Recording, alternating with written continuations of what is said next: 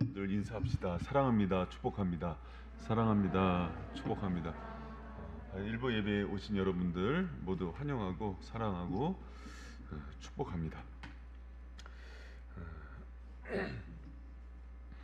요새 이제 젊은 청년들 중에서 이제 결혼한다는 소식들이 이렇게 있어요. 그래서 올해도 두 커플이 있는데 내년도에도 벌써 두 커플이 예약이 돼 있어서 너무 감사한 마음에 특별 연애 개그 준비했습니다. 그 어느 여자가 남자가 너무 자기를 좋아해서 프로포즈를 이렇게 하는 거예요. 그러니까 여자가 그냥 받아줄 순 없다. 우리 집이 높은 언덕에 있는데 100일만 와서 저녁마다 와서 동그라미를 진하게 그리고 가라. 근데 남자가 진짜로 한결같이 오는 거예요. 그래서 10개, 20개 동그라미가 쳐져가는데 이게 우리처럼 이게 장마 기간이 시작됐나 봐요. 막 폭우가 오는데 99일째 되는 날도 저녁에 딱 동그라미를 치는데 여자가 감동이 된 거예요. 그래서 100일까지 기다릴 필요 없겠다. 그래서 그 남자하고 이제 당장이라도 결혼해야겠다. 그래서 뛰어내려갔어요. 그래서 100일까지 치울 필요 없겠다고. 99일인데 만나자 그랬더니 이 사람이 당황하면서 저 알바생인데요. 그러는 거예요. 얘기를 듣는데 되게 재밌더라고요. 여러분 우리가 이렇게 날도 덥고 또 비도 오고 폭염 가운데 주님에 대한 사랑이 변질되잖아요. 그렇죠? 변하고 때로는 이렇게 꾀도 나고. 그런데 여러분 제가 그 새벽에 이렇게 기도를 하는데 어느 이번 주였어요. 엄청 막 폭우가 온 날 있잖아요. 근데 주님이 한결같이 이곳에 계시는 거예요. 그러니까 여러분 우리는 변할지라도 주님이 저와 여러분에 대한 사랑이 변함없는 사랑임을 믿으시기 바랍니다. 그래서 여러분 우리가 계속해서 요나서 하는데 여러분을 향한 변함없고 한결같은 주님의 사랑 가운데 오늘도 큰 위로와 힘을 얻고 돌아가는 은혜가 있길 축원합니다. 여러분 요나서를 보니까 1장의 풍랑도 사랑임을 알았죠. 2장의 큰 물고기 뱃속도 주님께서 우리 죽이려고 그런 게 아니라 살리려고 다시 돌이키려고 하는 아버지의 큰 품이고 사랑임을 믿으시죠? 여러분 그럼 3장에는 그럼 또 어떤 요나를 향한 하나님의 사랑이 있을까? 여러분 3장에 나오는 그 하나님의 사랑은요 다시 주시는 기회로 시작돼요. 여러분 그 1절 2절 말씀 우리 같이 한번 읽어보도록 하겠습니다. 시작. 여호와의 말씀이 두 번째로 요나에게 임하니라. 이르시되 일어나 저 큰 성읍 니느웨로 가서 내가 내게 명한 바를 그들에게 선포하라 하신지라. 여러분 1장 2절에 보면은 하나님께서 첫 번째 사명을 주실 때도 똑같은 얘기를 하셨어요. 요나야 일어나서 가라. 그래서 니느웨에 가서 그들에게 복음을 외치라고 얘기해요. 근데 그 요나가 그 말씀 순종해요, 안 해요? 못 하잖아요. 근데 하나님은 그렇게 실패하고 또 불순종한 요나한테 어떻게든 쫓아가서 끌어안고 회복시켜서 3장 2절에 1절 2절에 다시 주시는 거예요. 똑같은 말씀을 반복합니다. 요나야 일어나서 가서 외쳐서라. 그래서 그 말씀으로 다시 회복시켜 주시는 거예요. 여러분 우리 주님은요 우리가 때로는 넘어지고 실패했다고 너 이제 그만이야 넌 됐어 하고 자르고 그게 버리시는 분이 아니에요. 마지막까지 다시 기회를 주시는 좋으신 아버지심을 믿는 저와 여러분 되시길 부탁드립니다. 여러분 성경에 보면은 주님이 너무 아끼는 그 사람이 있죠. 구약에 다윗이에요. 내 마음에 합한 자다. 내가 저를 사랑한다. 그러나 다윗 왕도 넘어지고 실패하고 쓰러질 때 있습니까 없습니까? 있었어요.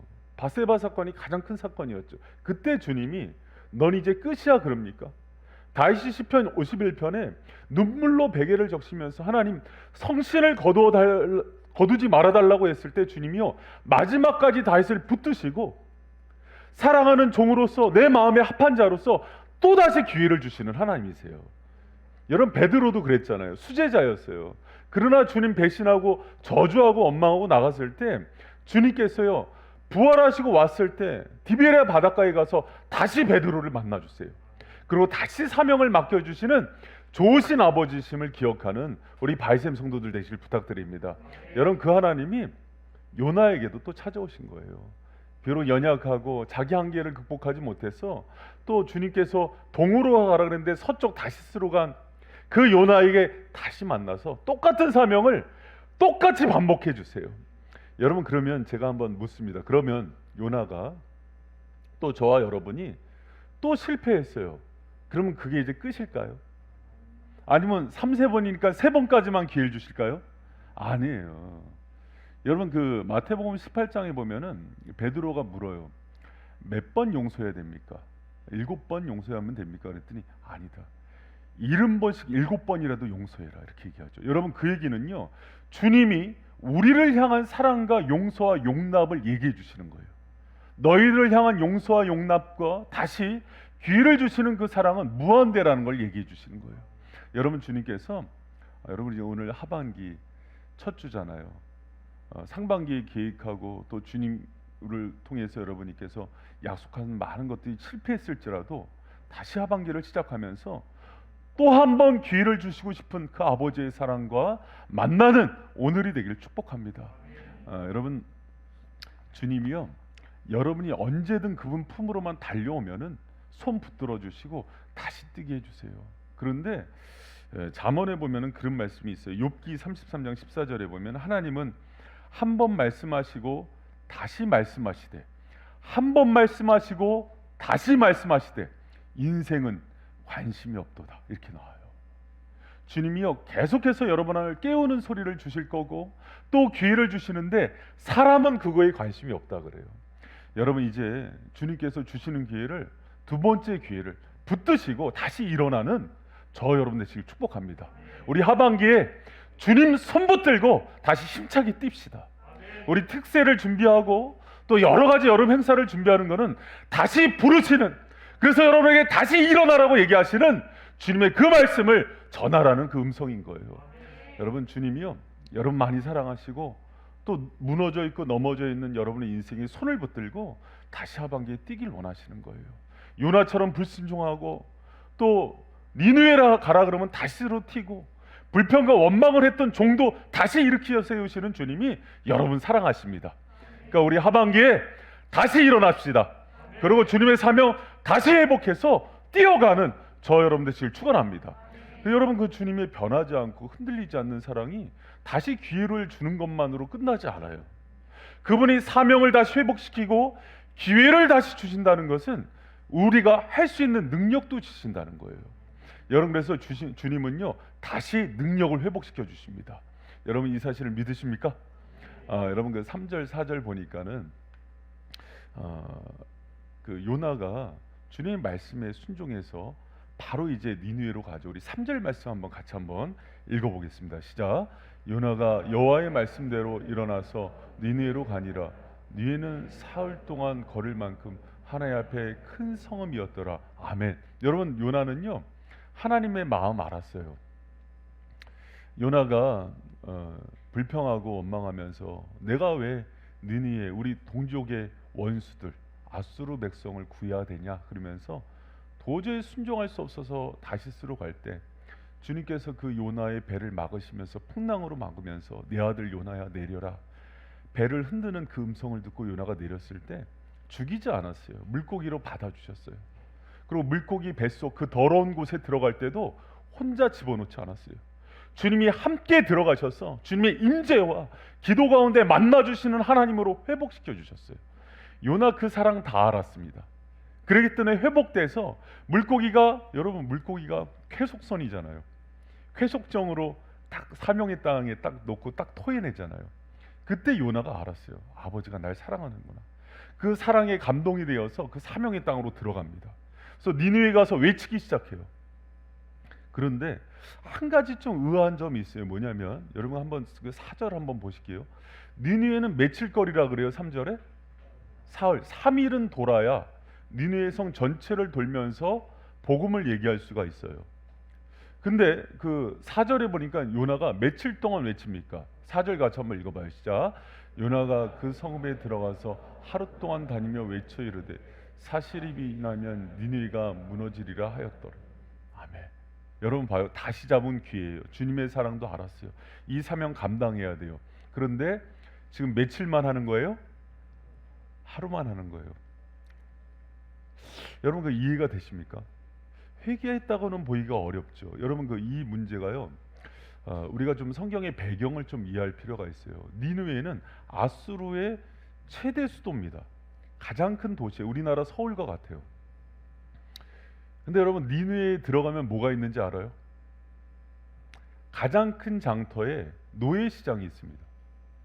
노예시장은 누가 잡혀와 있죠? 이스라엘 백성이요. 아수르는 이스라엘을 식민지로 잡고 있던 나라예요.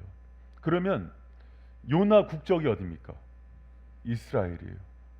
느니에 지나가면서 복음을 전하는데 여러분 요나가 그 사랑 알고 복음 전하러 갔다가 제일 먼저 마주친 거를 뭘로 보냐면 노예시장에서 내 친구, 내 가족, 지인들이 잡혀서 채찍에 맞고 팔리는 장면을 보는 거예요.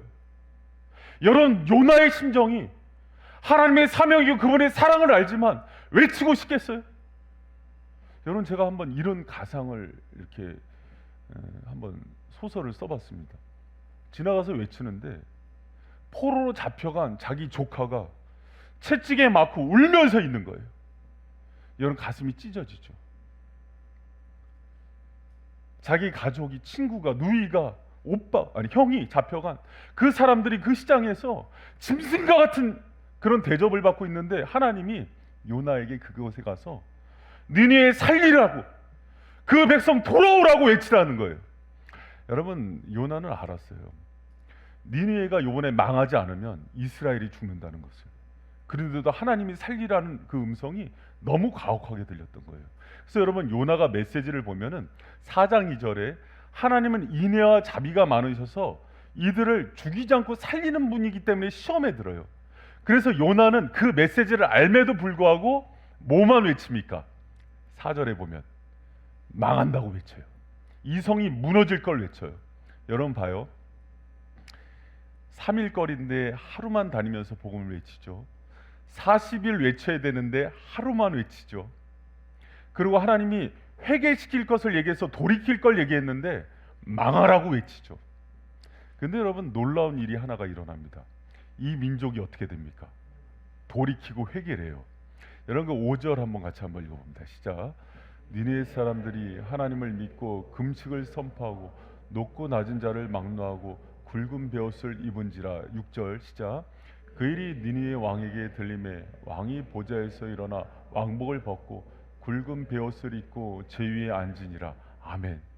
여러분 참 이게 그 신기한 장면이에요. 뭐냐면 여러분 한번 이렇게 해보세요. 누구를 시킬까? 송정수 목사님이 미국에 가서 미국 이제 망한다. 그러면서 워싱턴에 가서 크게 외치는 거예요. 어떻게 되게 해요? FBI가 체포해 가지 않겠어요? 죽지 않겠어요? 그런데 건들질 않아요, 요나를. 그리고 오히려 누구까지 회개합니까? 왕까지 회개해요. 이때 당시에 니느웨 인구가 어린아이만 12만 명, 어른과 여자 포함해서 60에서 70만 명, 고대 굉장히 큰 도시예요. 안양이 여러분 50만이 아니에요. 45만이잖아요. 그렇게 엄청난 도시에서 복음을 심판의 메시지를 듣는데 이 사람들이 그 심판의 메시지를 도리어 뭘로 들어요? 복음으로 들어요. 그리고 요나를 여러분 이스라엘 사람이니까 잡아다가 포로로 또 팔면 돼요. 그런데도 그를 선지자로 받아들여서 왕까지 회개하는 역사가 일어나요. 여러분 저는 이걸 보면서 하나님이 참 기가 막히다.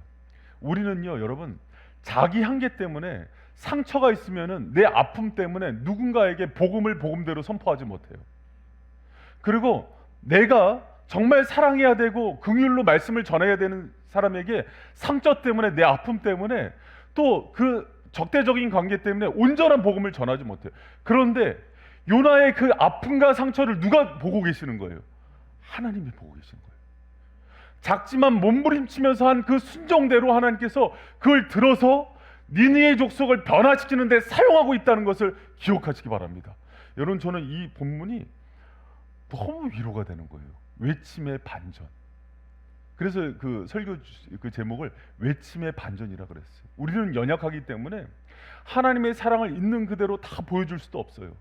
그 은혜를 다 전할 수도 없어요. 그 연약함과 한계 가운데 그냥 부족한 가운데 때로는 망하라고 외치는데 주님이 그 소리를 살리는 소리로 듣게 하세요. 그리고 그 민족을 다 회복시키는 은혜를 주시는 거예요. 여러분 이 모든 배후에 하나님께서 일으키시는 놀라운 역사가 있다는 것을 기억하시기 바랍니다.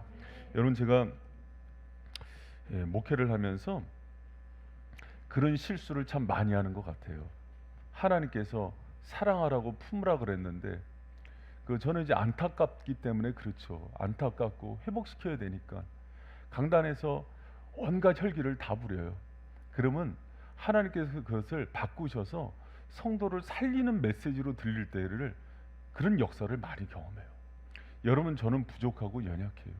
그러나 제가 드린 작은 순종을 가지고 하나님께서 여러분과 성도들을 살리는 그런 은혜들을 베푸시는 좋은 하나님이심을 믿는 저 여러분 되시길 축원합니다. 여러분, 요나도요, 사람이에요. 그래서 느니웨 자기 원수기 때문에, 자신의 가족들, 이웃들에게 상처를 준 사람이기 때문에 마음을 열 수가 없었어요. 여러분, 요나의 갈등이 보입니까? 하나님께 순종은 해야 되는데 인간의 한계를 넘어서지 못하는 그 아픔을 주님이 보고 계시는 거예요. 여러분, 저는 그 주님이요, 우리 마음을 살피는 그 섬세한 사랑이 너무 감사해요. 때로는 내가 넘어설 수 없는 시부모도 있을 수 있고, 형제도 있을 수 있고, 교우들 가운데도 사랑하라고 모여놨지만 나랑 너무 안 맞아서 사랑할 수 없는데 주님이 그 마음을 살피시는 거예요. 그리고 오늘도 몸부림치고 있는 나를 주님께서 사랑하셔서 나의 작은 말 한마디로 변화를 일으키는 거예요. 여러분, 그 하나님이 여러분 들어서 사용하길 원하십니다. 그리고 내 한계가 있지만은, 너무 불편하지만 그 자리를 버티고 있는 여러분을 통해서 놀라운 능력과 은혜를 베푸실 그 하나님을 기대하는 저와 여러분 되시길 축원합니다. 할렐루야. 여러분, 요새 이제 저희 교회 지난번에 이제 성찬식 때 온 후배 목사가 하나 있었어요. 후배 목사가 이제 개척을 하면서 이제 저희 교회가 좋은 롤 모델이 된다고 이제 와서 탐방을 하는데, 사모랑 같이 왔어요. 왔는데 이제 20여 년 만에 만났어요, 후배인데. 근데 이제 그 얘기를 하더라고요.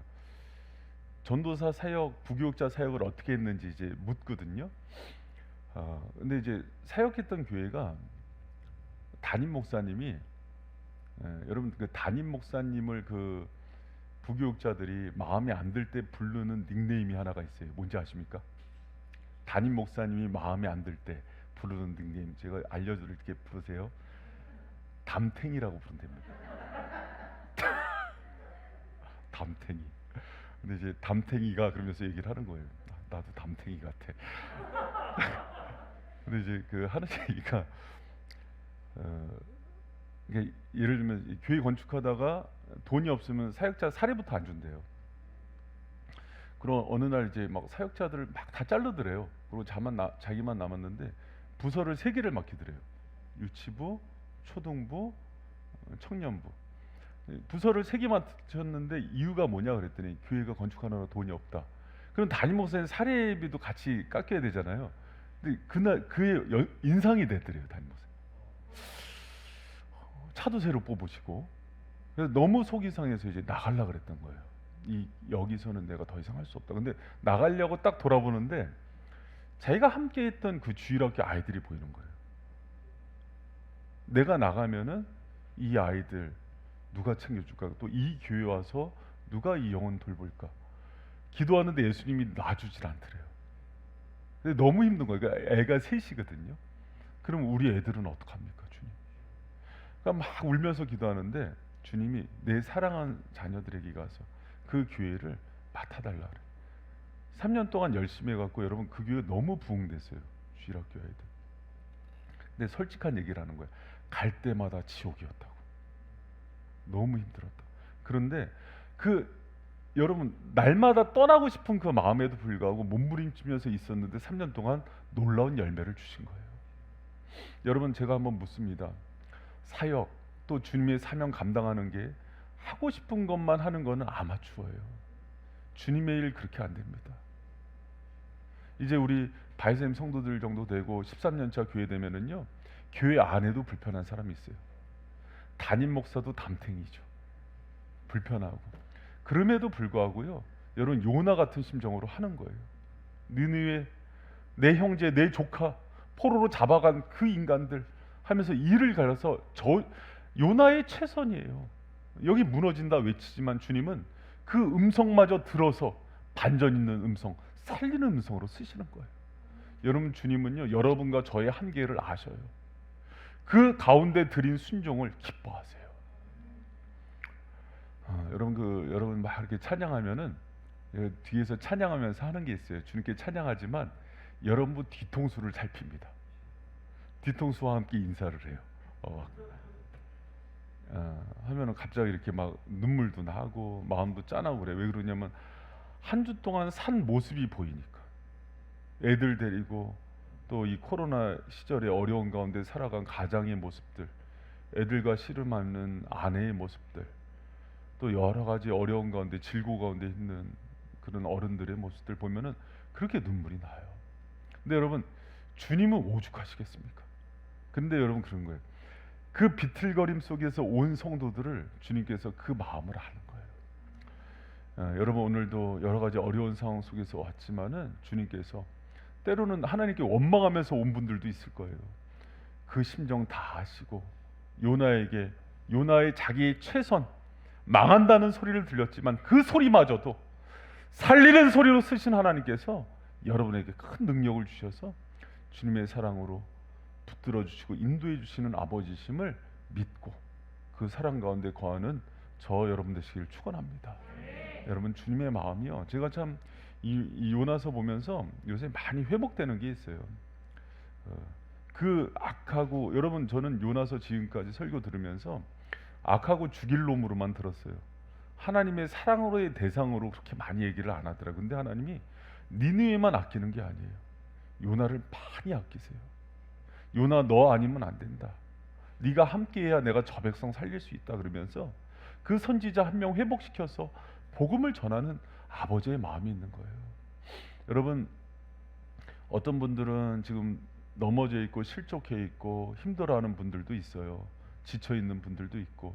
그러나 주님께서 다시 우리 하반기 뛰면서 주님 맡기신 사명 다시 붙드시기 바랍니다. 주님은 돌아온 여러분에게 다시 기회를 주길 원하세요. 그리고 목사님, 나는 잘할 수 없어요, 이렇게 얘기하는 분들도 많이 있어요. 제가 요번에 이제 샘지기들 이렇게 같이 만나면서 얘기하는데 다들 지쳐 있으세요. 그리고 할 수 없어요 하는 얘기를 조금 할까요, 많이 할까요? 다 그러죠, 다. 그래서 저도 갑자기 담임 목사를 할 수 없을 것 같은 거예요. 여러분, 주님은요 우리가 할 수 없는 상황에서 드린 작은 그 헌신 있죠, 그때 놀라운 역사를 일으키세요. 저는 그 은혜를 경험하는 저 여러분 되시길 축원합니다. 여러분, 이런 태도가 되게 안 좋은 거예요. 뭐냐면 나는 되게 젠틀해. 그래서 여기 교회에서 막 피곤하게 일 안 하고 나와 주님의 관계만 그냥 깔끔하게 맺고 예배드리고 빠지고 이것만 할 거야. 여러분, 그러지 마세요. 주님이 어딜 봐도 그렇게 신앙생활하는 것들을 기뻐하시지 않습니다. 때로는 피곤하고 니느웨 같은 사람들이 있어도 끌어안고 그들에게 복음 전하고 또 교회 구정물에 손 놓으면서 일하고 어린아이들 치닥거리하고 그 사명 속에서 주님이 여러분의 영혼과 능력을 회복시키시는 거예요. 여러분, 여름이 그런 은혜의 시간이 되길 축복합니다. 여러분, 그리고 주님께서 요나에게 변하지 않는 사랑을 또 보여준 건 뭐냐면요, 다시 주신 사랑의 열매들이 맺혀요. 여러분이 5절 6절 한번 같이 볼까요? 요나가 복음을 전했을 때 어떤 은혜가 일어나는지 같이 읽습니다. 시작. 니네 사람들이 하나님을 믿고 금식을 선포하고 높고 낮은 자를 막론하고 굵은 베옷을 입은지라 그의 니네 왕에게 들림에 왕이 보좌에서 일어나 왕복을 벗고 굵은 베옷을 입고 제 위에 앉으니라. 아멘. 여러분, 요나에게 하나님께서 주고 싶은 게 있었어요. 뭐냐면 풍성한 영적인 열매들을 주고 싶어요. 여러분, 요나는 그 직분이 뭡니까? 선지자죠. 선지자는 뭐 하는 사람이에요? 영혼을 구하는 사람이에요. 그리고 하나님의 말씀을 대언하는 사람이에요. 근데 여러분 봐요. 그러면 선지자와 뭐 저 같은 목회자들, 이런 사람들의 최고의 보람이 뭐겠어요? 영혼이에요. 영혼을 얻는 거예요. 근데 여러분, 신구약을 통틀어서 이렇게 어설프게 사역하고 하루 만에 12만 명이 최소 숫자고요. 60만 명의 한 성을 통째로 구원한 선지자는 유일합니다. 여러분, 하나님은요, 자기가 아끼는 종에게, 자녀들에게 이런 영적인 은혜와 열매들을 같이 나누기를 원하시는 거예요. 할렐루야.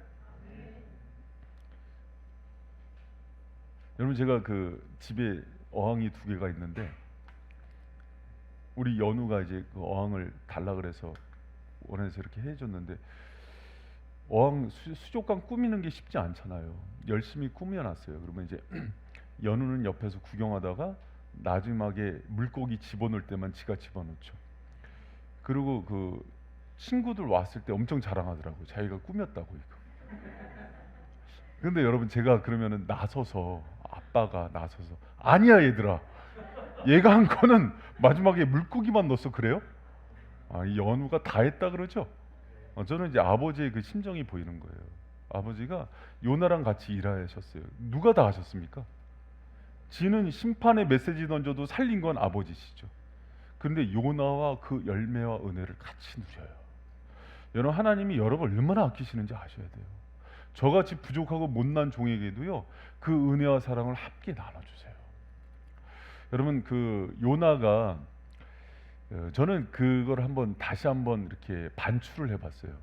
왜 요나가 그런 민족적인 아픔이 있는데 하필이면 니느웨에 보낼까?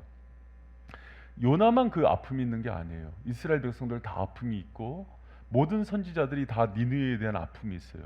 그런데 하나님은 요나의 마음에 있는 그 미움과 상처를 회복하길 원하세요. 제가 예전에 그 내적 치유에 대한 강의하면서 미움과 상처가 있는 상태로 일상생활을 하는 거는 백미러를 보고 운전하는 것과 같다 그랬어요.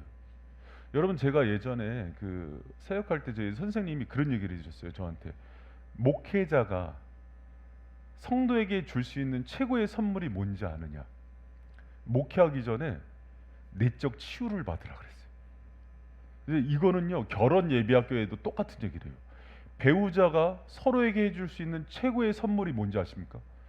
혼수가 아니에요. 결혼 전에 내적 치유를 받는 거예요. 안 그러면 결혼하고 나서 그 쓴뿌리가 다 쏟아집니다. 서로 전쟁이 터지는 거예요. 여러분, 왜 목회자가 목회 전에 그 상처를 치유해야 되는지 알아요? 상처만큼 누수 현상이 생긴대요. 상처만큼 성도들에게 상처를 준대요. 그래서 너를 위해서가 아니라 영혼을 위해서 반드시 치료를 받으라 그랬어요. 여러분, 저와 여러분 다 죄인 아닙니까? 죄인의 전제가 뭔지 알아요? 다 아프다예요. 그래서 치유를 받아야 돼요. 그럼 여러분, 요나도 그 아픔이 있어요? 있어요. 유독 니느웨에 대해서 증오할 정도로 미워해요. 그럼 여러분, 선지자가, 저 같은 목회자로 부름을 받았는데 사람을 너무 싫어하는 거야. 특히 한국 사람. 내가 한국에서도 안양 사람을 너무 싫어해. 근데 여기서 목회를 지키는 거예요. 그럼 여러분, 어떻게 되겠어요? 여기가 볼 때마다 막 너는 다 죽는다. 그 사업이 온전할 줄 아느냐? 그리고 여러분 봐요.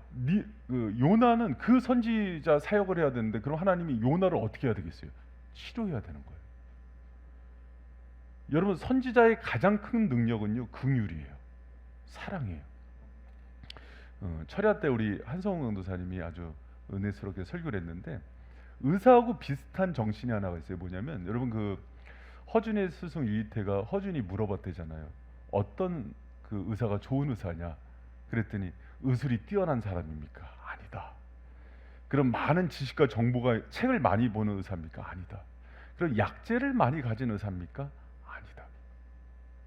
환자를 끌어안고 그 환자를 긍휼히 여기고 사랑하는 의사가 최고의 의사다. 그 부분에서 허준이 최고의 의사가 되는 거예요. 여러분, 그 성도들은요, 옛날에 그 온누리교회 하영주 목사님이 했던 얘기예요. 하영주 목사님이 그런 얘기. 성도들은 아무리 좋은 설교도 3년 들으면 질린대요.